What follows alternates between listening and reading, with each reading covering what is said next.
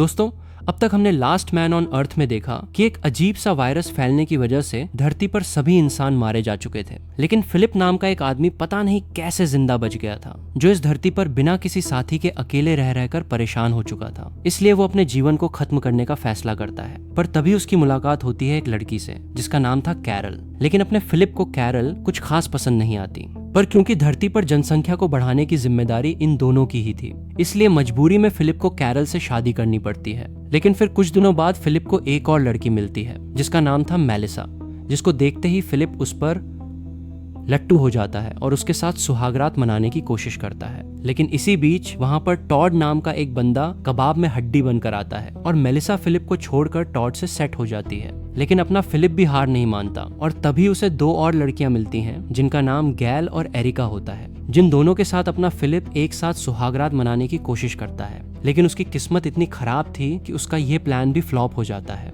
और तभी उन लोगों की मुलाकात होती है बोरिस नाम के इस मुस्टंडे आदमी से, जिसकी पर्सनैलिटी और बॉडी देखकर सभी लड़कियां उस पर फिदा हो जाती हैं। लेकिन ये देखकर फिलिप को बोरिस से जलन होने लगती है और वो टॉड के साथ मिलकर उसे जान से मारने का प्लान बनाता है। जो बात जब बोरिस को पता चलती है तो वो उसे उठाकर ग्रुप से बाहर निकाल देता है। लेकिन फिलिप अकेला नहीं था, क्योंकि उसकी वाइफ कैरल अभी भी उसके साथ थी। जिसके बाद वो दोनों एक नई शुरुआत करने के लिए वहां से कहीं दूर निकल जाते हैं। लेकिन कुछ महीने इधर उधर भटकने के बाद उन लोगों का मन नहीं लग रहा था, इसलिए वो लोग वापस आने का फैसला करते हैं। लेकिन जब वो वापस आते हैं तो पाते हैं कि बाकी के सभी लोग मेलबू शिफ्ट हो चुके हैं, इसलिए वो लोग भी मेलबू पहुंच जाते हैं, जहां कैरल उन लोगों को सरप्राइज देने के लिए जैसे ही उनके सामने आती है, तभी उसे देखकर जेसन नाम के एक आदमी को हार्ट अटैक आ जाता है और वो वहीं टपक जाता है। आगे फिलिप को भी उसकी गलतियों के लिए माफ कर दिया जाता है और वो सभी साथ में खुशी खुशी रहने लगते हैं। लेकिन फिर एक दिन अचानक बोरिस के पेट में बहुत तेज दर्द होने लगता है, जिसका वो लोग पता नहीं क्यों ऑपरेशन कर देते हैं और वो बेचारा बिना मतलब मारा जाता है।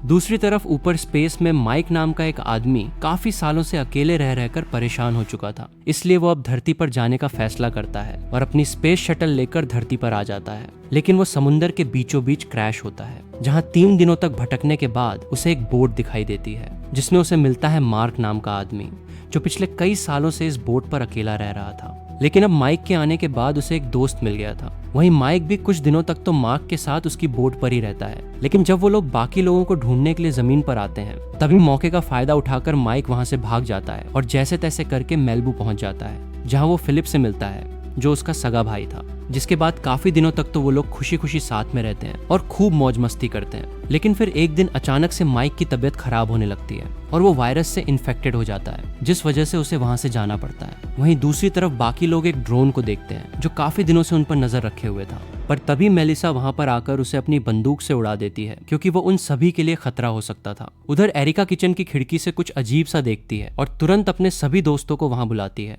जहां दूरबीन से देखने पर उन्हें समुंदर में एक बोट दिखाई देती है, जिसमें 3 लोग जिनके पास बंदूकें थीं बड़ी ही तेजी से उनकी तरफ बढ़ रहे थे, जो देखकर वो लोग घबरा जाते हैं कि यार अब हम क्या करेंगे। और यहीं से शुरुआत होती है इसके अगले सीजन की। कैरल कहती है कि यार तुम लोग इतना डर क्यों रहे हो, क्या पता वो लोग हमसे रास्ता पूछने आ रहे हो। जिस पे एरिका कहती है कि तू पागल वागल है क्या, कोई रास्ता पूछने के लिए बंदूक लेकर आता है। जिसके बाद वो सभी जल्दी से उस घर को खाली करने लगते हैं। तभी कैरल दौड़कर मेलिसा के पास जाती है और उसे पूरी बात बताती है। मेलिसा कहती है कि मुझे जल्दी से यहाँ से बाहर निकाल। कैरल कहती है कि पहले ये बता कि क्या तूने अपना सबक सीख लिया है। वो कहती है कि हाँ सीख लिया है यार, अब मुझे जल्दी से बाहर निकाल। जिस पर कैरल उसे आजाद कर देती है। मेलिसा दौड़कर अंदर जाती है और अपनी छुपाई हुई बंदूक निकालती है। वहीं बाकी के सभी गाड़ी में बैठकर वहां से निकलने के लिए जैसे ही बाहर आते हैं तो वो देखते हैं कि उनका रास्ता इस काली वैन की वजह से ब्लॉक हो रखा है, जिसकी चाबी उनमें से किसी के पास नहीं थी। इसलिए वो दौड़कर दोबारा अंदर जाते हैं और पूरे घर में चाबी ढूंढने लगते हैं। लेकिन तब तक वो दूसरे लोग भी घर में घुस चुके थे, जिस वजह से वो लोग अब वहां से भागते नहीं, बल्कि कुछ न कुछ हथियार उठाकर उनका मुकाबला करने के लिए इधर उधर छुप जाते हैं। इसी बीच टॉड को उस काली वैन की चाबी दिखाई देती है, तो वो चुपके से उसे उठाने की कोशिश करता है। पर तभी एक बंदूक वाला आदमी उसे डरा देता है,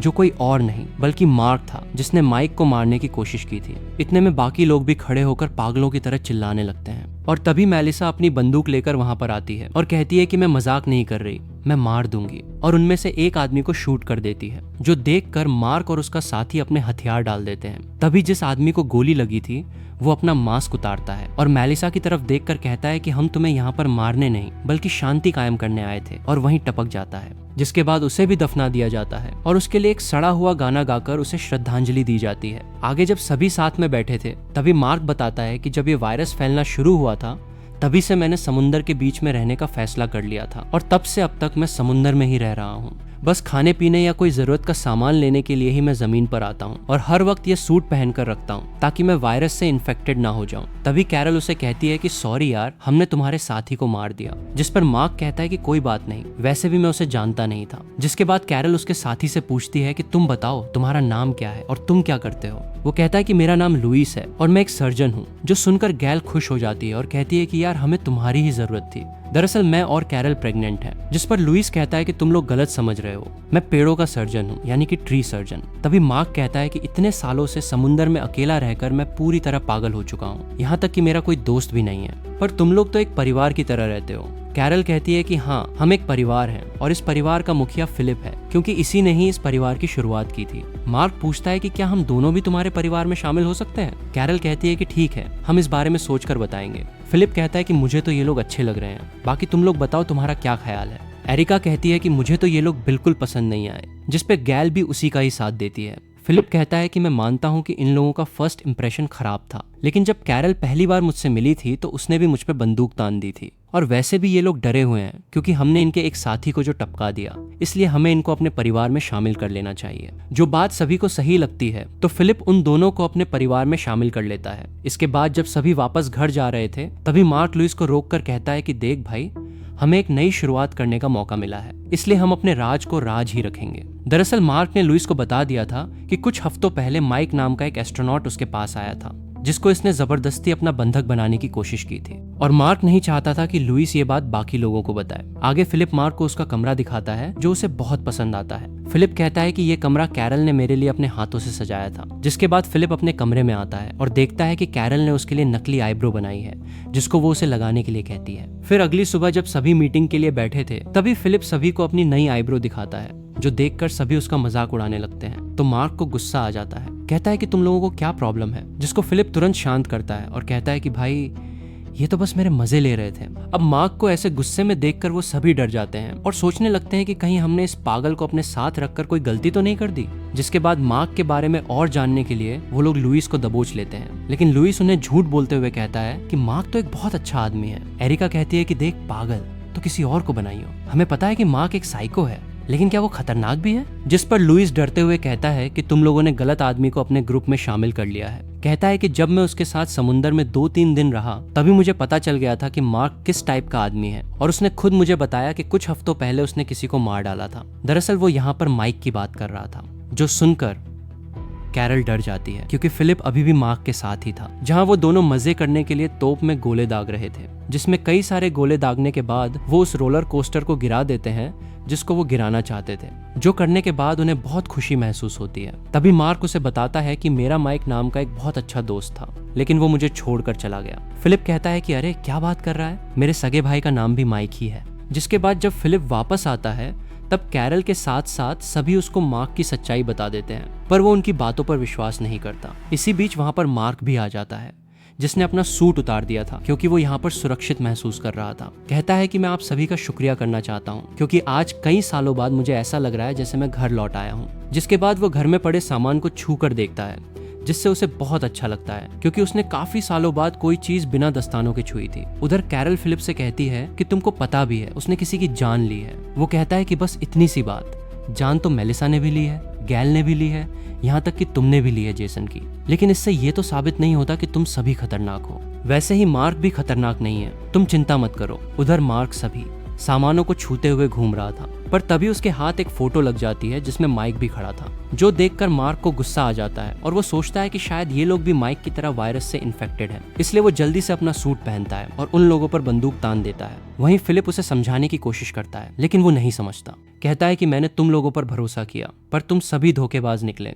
चलो अब जल्दी से बताओ कि माइक कहाँ पर है। जो बोलकर वो उसे डराने के लिए गोली चलाता है, और फिर जैसे ही वो फिलिप को मारने के लिए ट्रिगर खींचता है तभी उसकी बंदूक जाम हो जाती है। जिस मौके का फायदा उठाकर सभी लोग घर से बाहर की तरफ भागने लगते हैं, और उस काली वैन में बैठकर जैसे ही वहां से निकलने वाले होते हैं तभी मार्क उनके सामने आ जाता है, लेकिन टॉड वैन को नहीं रोकता। मार्क उस पर गोली चलाता है पर उसका निशाना चूक जाता है। इतने में टॉड सलमान भाई की तरह उस पर गाड़ी चढ़ा देता है और उसे कुचलते हुए आगे निकल जाता है। फिर कुछ दूर जाने के बाद उन्हें एहसास होता है कि गाड़ी का फ्यूल खत्म हो रहा है, इसलिए वो वहीं पर बने एक घर में रुकने का फैसला करते हैं। टॉड कहता है कि शायद ऐसा भी तो हो सकता है कि मार्क मरा ना हो, सिर्फ घायल हुआ हो।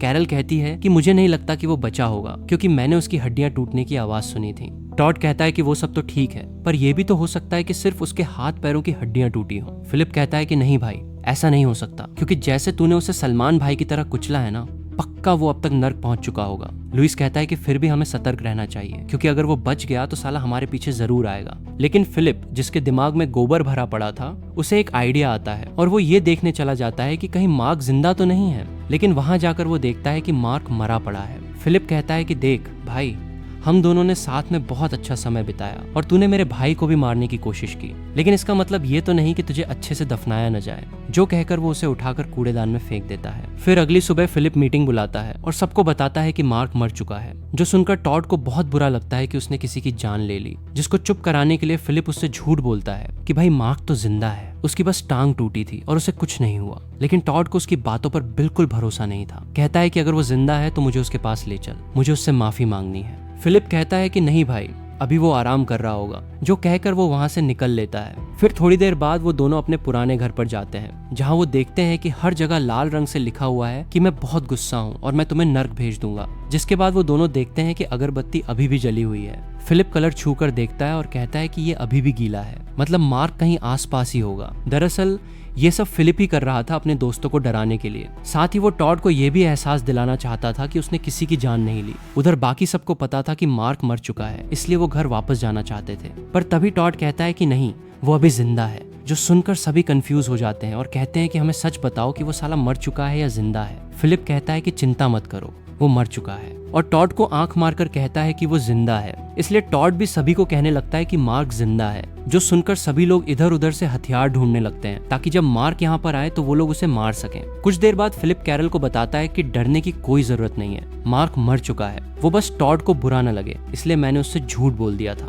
जो सुनकर कैरल खुश हो जाती है कि फिलिप अपने दोस्तों की कितनी परवाह करता है। जिसके बाद फिलिप सबको यकीन दिलाने के लिए कि मार्क मर चुका है, कूड़े कचरे से उसका पुतला बनाता है और सभी के सामने उसे मारने का नाटक करता है। जो देखकर लुइस उसके पास आता है और कहता है कि हमें पागल मत बना, बस ये बता दे कि वो मर चुका है या नहीं। फिलिप कहता है कि हाँ, वो मर चुका है। लुइस पूछता है कि फिर तूने हमसे झूठ क्यों बोला। वहीं टॉड समझ जाता है कि इसने झूठ क्यों बोला और साइड में जाकर रोने लगता है। जिसको चुप कराने के लिए फिलिप उसके पास जाता है। कहता है कि सॉरी भाई, मैंने तेरे लिए झूठ बोला था। टॉड कहता है कि कोई बात नहीं, तू ही मेरा सच्चा दोस्त है, क्योंकि तूने ये सब मेरे लिए किया। जिसके बाद वो उन सभी को अपने पुराने घर पर ले जाता है और कहता है कि ये सब भी लाल रंग से मैंने ही लिखा था। तभी कैरल खिड़की से बाहर देखती है और फिलिप से पूछती है कि क्या तुमने उसका जहाज भी डुबा दिया था। जो देखकर वो घबरा जाता है और दौड़कर उस कूड़ेदान की जगह पर पहुंचता है जहां पर उसने मार्क को फेंका था, लेकिन अब वो वहां पर नहीं था। फिलिप कहता है कि दोस्तों, शायद वो सच में जिंदा है, क्योंकि हमारे अलावा इस धरती पर और कोई है ही नहीं जो उसे उठाकर ले जाएगा। जो सुनकर वो सभी घबरा जाते हैं, सिवाय टॉड को छोड़कर। लेकिन तभी वो सभी देखते हैं कि वहां पर खून पड़ा हुआ है,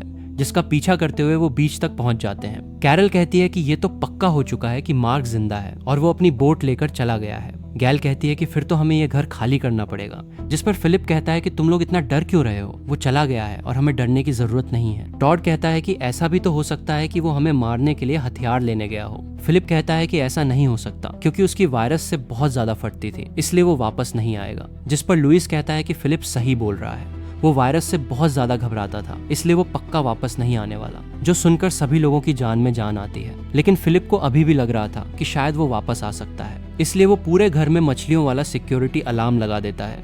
उधर मेलिसा भी घर के बाहर कैंप लगाकर पूरी निगरानी रख रही थी।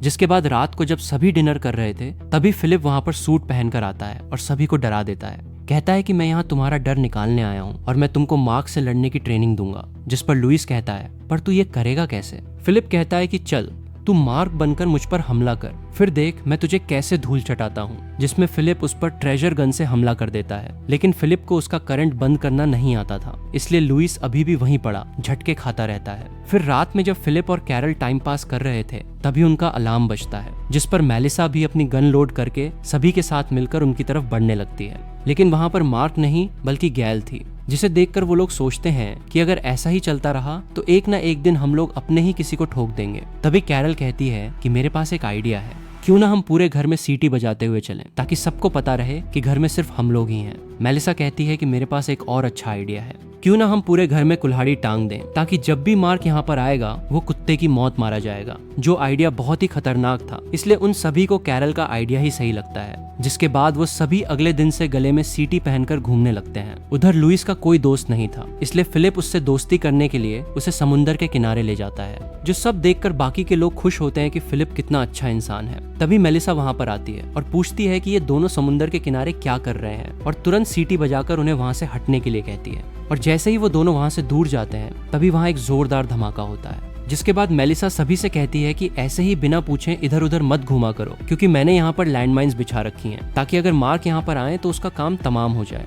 जो सब देखकर लुइस कहता है कि बस बहुत हो गया, मैं यहाँ से जा रहा हूँ। फिलिप कहता है कि यार तू पागल वागल है क्या, तुझे बीच पर नहाने को नहीं मिला इसलिए तू यहाँ से जा रहा है। लुइस कहता है कि नहीं, वो बात नहीं है साली, ये जगह ही मनहूस है, बीच पर लैंड माइंस लगी हैं, घर के अंदर गंदा सा अलार्म लगा हुआ है और हम सभी लोग अपने गले में अजीब सी सीटियां पहनकर घूम रहे हैं। भला हम लोग यहाँ पर हैं ही क्यों, जब मार्क कभी भी आकर हमें मार सकता है। ये पूरी दुनिया हमारी है और हम कहीं भी जाकर रह सकते हैं। फिलिप कहता है कि देख भाई, तू यहाँ पर सिर्फ 5 दिन पहले आया है, इसलिए तू कहीं भी जा सकता है, लेकिन हम यहाँ पर काफी टाइम से हैं और इस घर से हमारी यादें जुड़ी हुई हैं। यहाँ पर हमने सब कुछ देखा है, बहुत कुछ सहा है, हम साथ में हंसे हैं, साथ में रोए हैं, इसलिए हम इस जगह को छोड़कर कहीं नहीं जाने वाले। इसके बाद सभी डिनर टेबल पर होते हैं जहाँ सभी डरे हुए थे। फिलिप कहता है कि मुझे किसी की आहट महसूस हो रही है। तभी गलती से एक चम्मच नीचे गिर जाता है तो सभी लोग चिल्लाने लगते हैं। उधर कैरल भी कुछ लेने के लिए जाती है तो सीटी बजाते हुए जाती है। उन लोगों के मन में इतना डर बैठ चुका था कि वो सभी रात को आंखें खोलकर सोते हैं। तभी अचानक धमाकों की आवाज आने लगती है और चारों तरफ गोलियां चलने लगती हैं, जो सुनकर सभी दौड़कर बाहर आते हैं। लुइस भी उसी तरफ आ रहा था तो एरिका को लगता है कि मार्क आ गया,